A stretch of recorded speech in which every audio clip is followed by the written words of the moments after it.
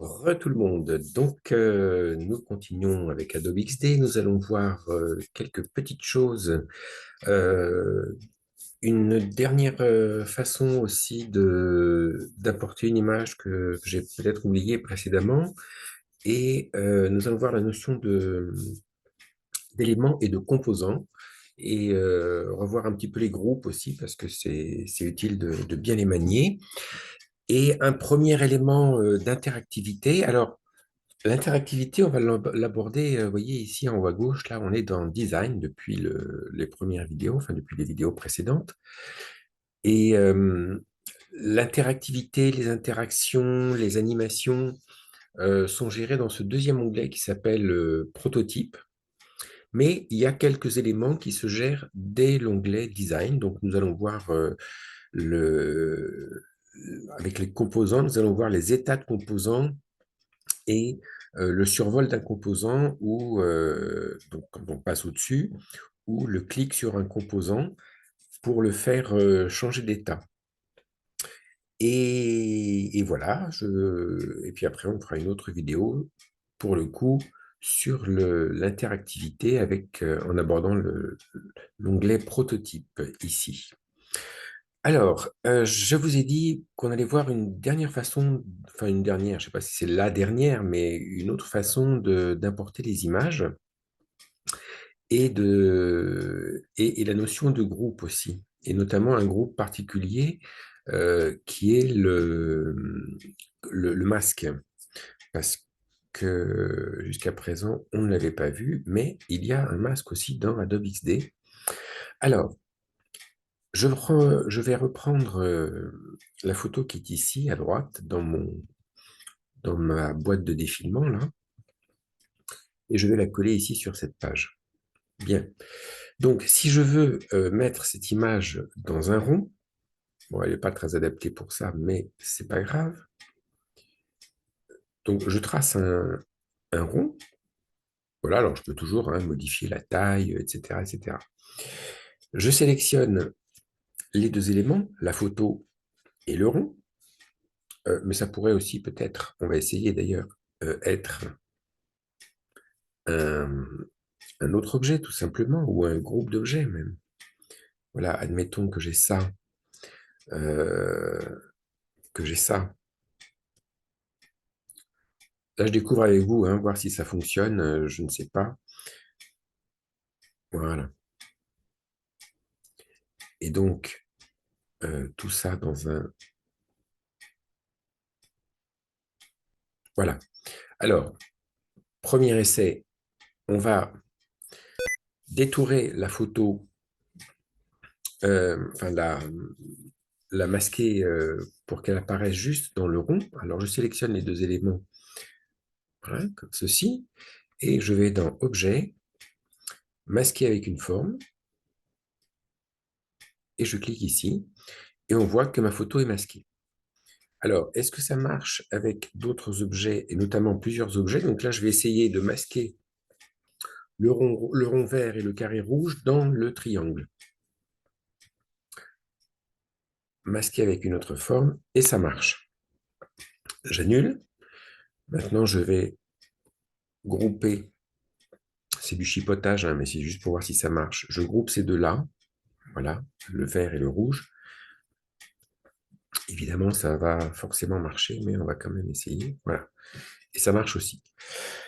Donc là, on a des masques et on peut mettre une photo dans un rond, dans un triangle, dans un carré, en la recadrant en quelque sorte. Euh, et le masque chez Adobe XD, c'est un autre groupe. C'est-à-dire que pour démasquer, enfin pour enlever le masque, il suffit de sélectionner et de faire objet dégroupé, dissocier le masque, voilà, grouper, dégrouper. Donc je le fais avec le clavier, moi. Voilà, je les groupe et ça revient à la forme initiale et là aussi. Voilà, j'annule le dégroupement pour garder ça sous les yeux. Alors, il y a une autre façon de mettre une image dans un rond ou dans une autre forme, sans doute. On va là aussi essayer deux formes, le triangle et le carré. Voilà. Et Il y a, par exemple, si vous allez sur le site UiFace, qui permet d'avoir une petite collection de visages quand on a des maquettes à faire, comme si on avait plusieurs utilisateurs dont on voulait mettre la photo. Euh, eh bien, on a des petites collections comme ça qui sont disponibles en ligne pour, euh, pour avoir des portraits, des avatars. Voilà, là j'ai une collection de portraits. Alors, je vais prendre celui-ci, par exemple. Hop. Ah, alors j'aurais aimé qu'il apparaisse. Il va falloir que j'en mette plus que ça pour en voir apparaître un. Voilà. Je pense qu'il y en a trois au-dessus, là, sous le noir, mais c'est mal fait et on ne le voit pas. Donc, à partir de 4, je commence à en voir apparaître un sur une deuxième ligne ici. Donc, tout ça, c'est juste pour pouvoir l'attraper, en fait, hein. Donc, je fais glisser cette photo sur euh, la, dans la barre du bas sur mon application Adobe XD, puis sur ma page Adobe XD, soit sur le triangle, soit sur le rond. Alors, je vais essayer sur le triangle, parce que sur le rond, je sais que ça marche. Voilà. Et donc, ma photo se met directement là, dans mon triangle.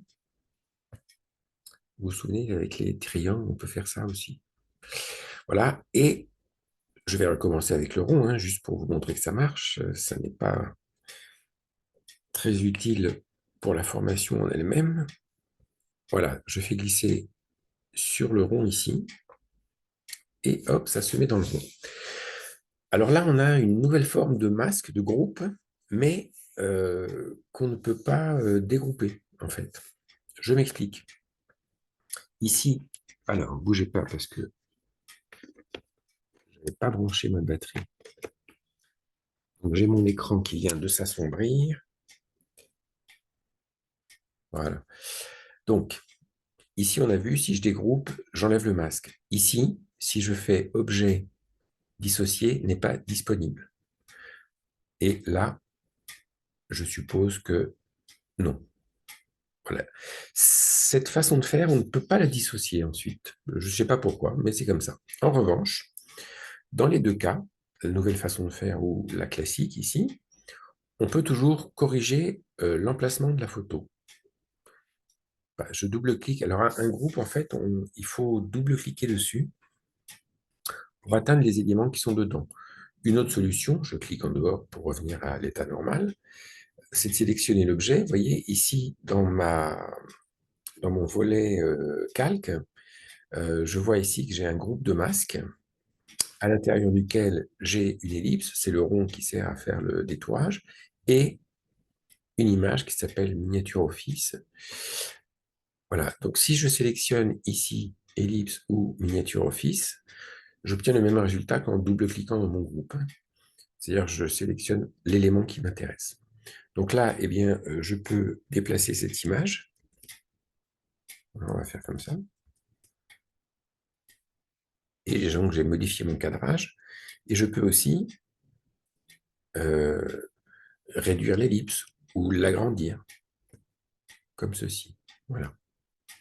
Quand je sélectionne cet objet que j'ai fait avec un glisser-déposer de la photo, euh, on voit ici que je n'ai pas plusieurs éléments. Je n'en ai qu'un.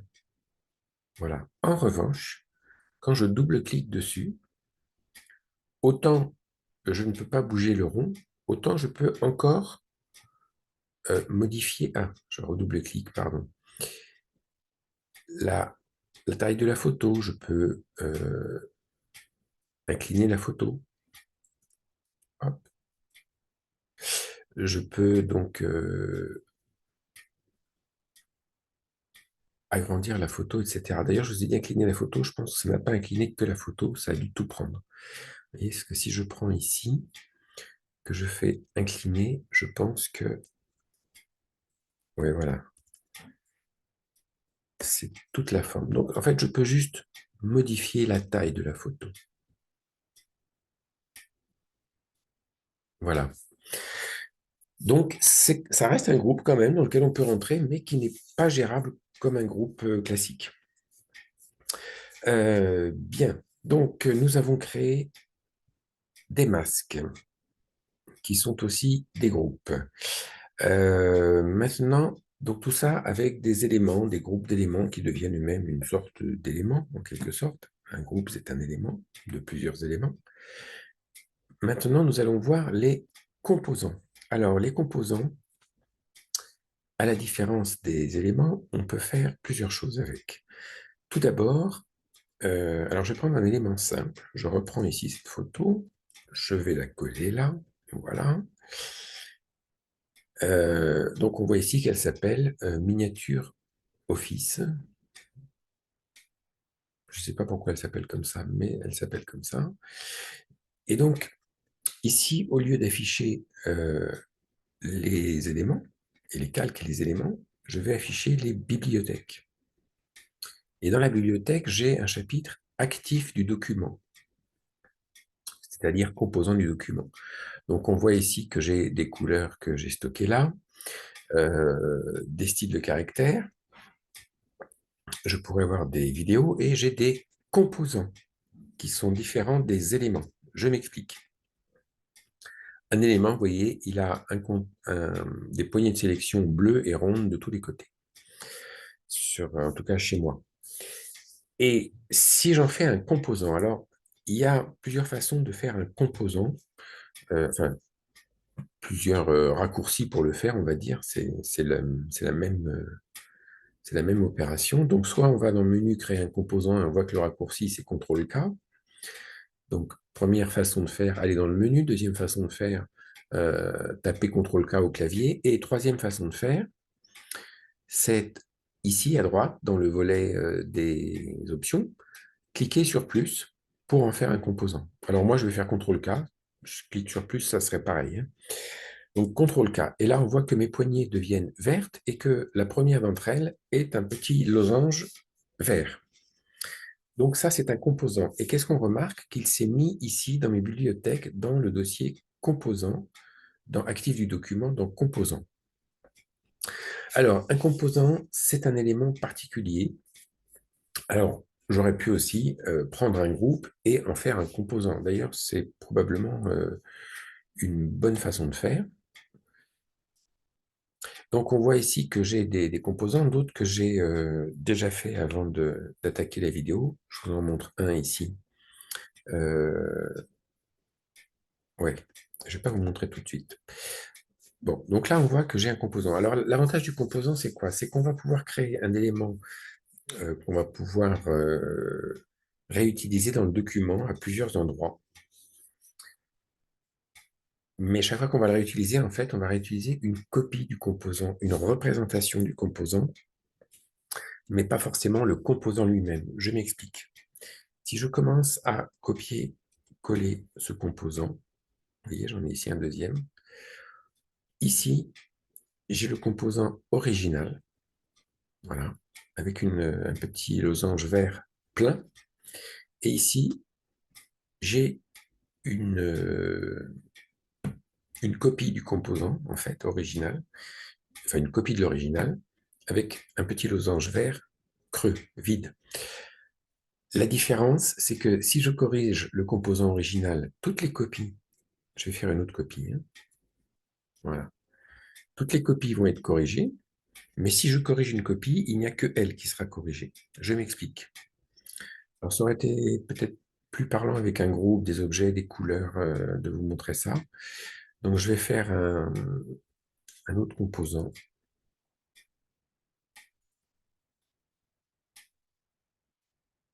Celui-là, on va le supprimer.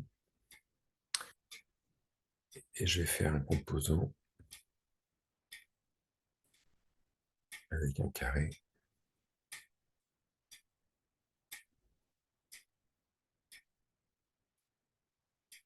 Et voilà. Donc là, j'ai deux objets que je vais juxtaposer comme ça.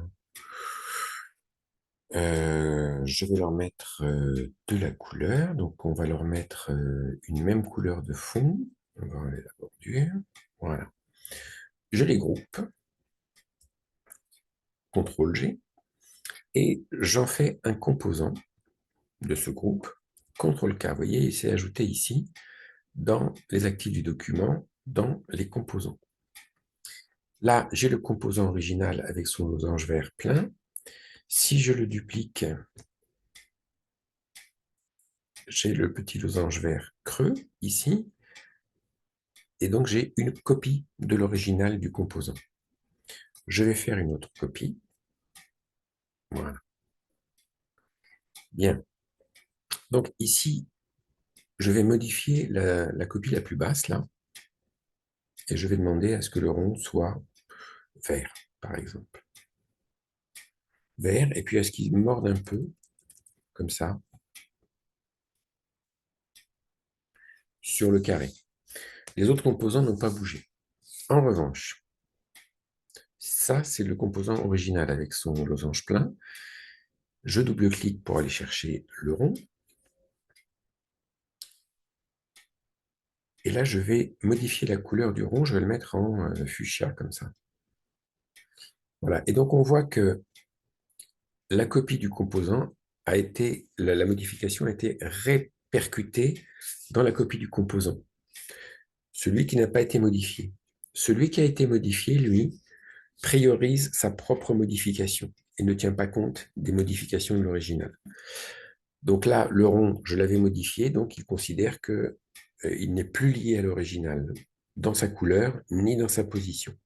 En revanche, le carré orange, lui, n'a bougé ni dans cette copie, ni dans cette copie. Donc en principe, si je modifie sa rotation, par exemple, hop, hop, hop, hop, eh bien, elle se répercute partout dans les copies du composant dont le carré était resté intact jusqu'à présent.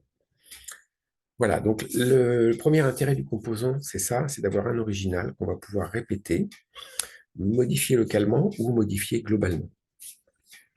Alors, petite précision supplémentaire. Donc là, c'est le composant original avec son losange vert.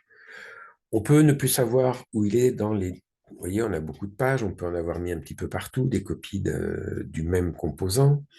Et celui-là, on ne sait plus forcément où il est, voire même à un moment, on peut aussi l'avoir supprimé comme ça, l'original, et n'avoir partout dans les pages que des copies comme ceci.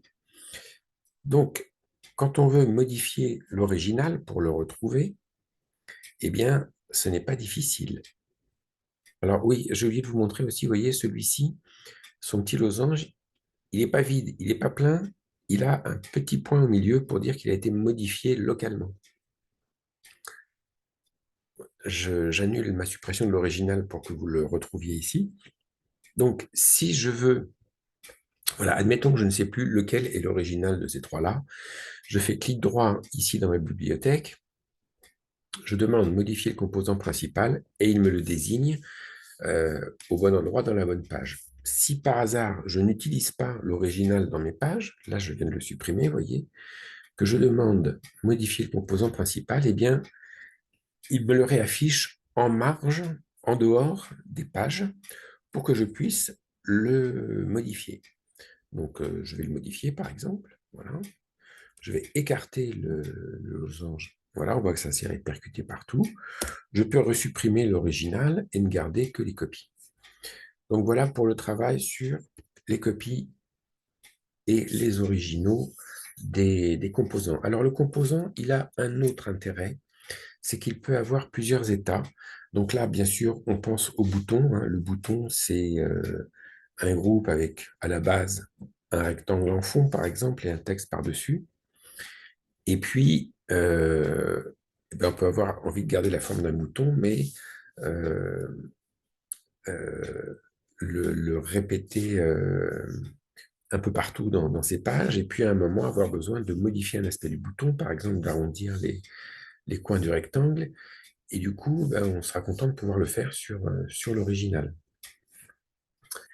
Et le répercuter ça partout dans les pages. Donc, par exemple, j'ai ici un rectangle sans bordure bleu avec un texte. Voilà. Bouton 01. Hop. Voilà. Donc ça, je le groupe. Je garde le principe des marges, hein, vous vous souvenez.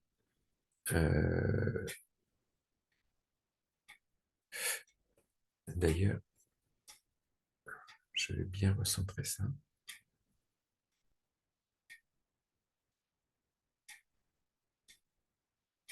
Allez, je dégroupe, parce que j'ai oublié un petit détail. Voilà. Je vais passer par le centrage ici et là de ces deux éléments. Maintenant, je les groupe. Je demande les marges. Voilà, et j'ai bien deux marges identiques à gauche et à droite, ce qui n'était pas le cas juste avant. C'est ça qui me chiffonnait. Bon, donc là, j'ai un groupe.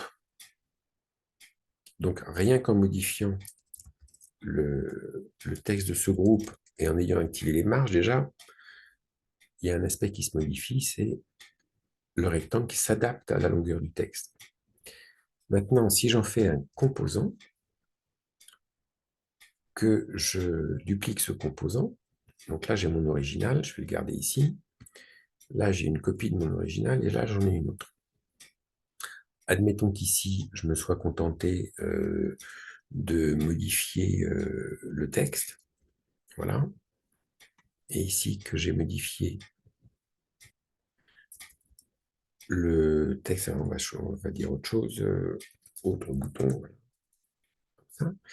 Et peut-être que ici, j'ai vraiment besoin d'une couleur localement, donc je vais mettre un bouton vert. Voilà. Maintenant, si je modifie l'original,